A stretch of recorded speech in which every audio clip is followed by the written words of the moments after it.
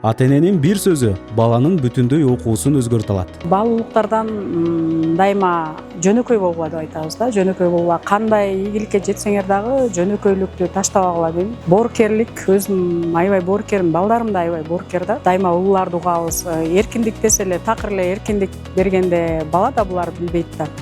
Биз өзүбүздүн ойду айтабыз, ушундай болуп атат, мондай кылсаң мондай болот.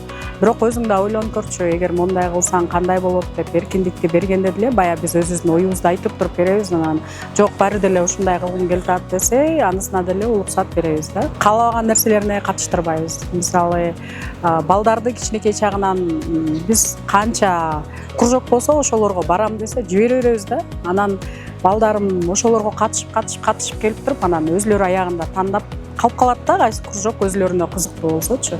Анан баарын көрсө дагы деп. Анан да бир нерсе, олимпиадаларга катыштыра беребиз да. Кээ бир учурда айтышат, бул деген жөн эле бизнес, балдардан акча чогултуп алат. Бирок мен балдарымды дайыма ошондой олимпиадалардын баарына катыштырам.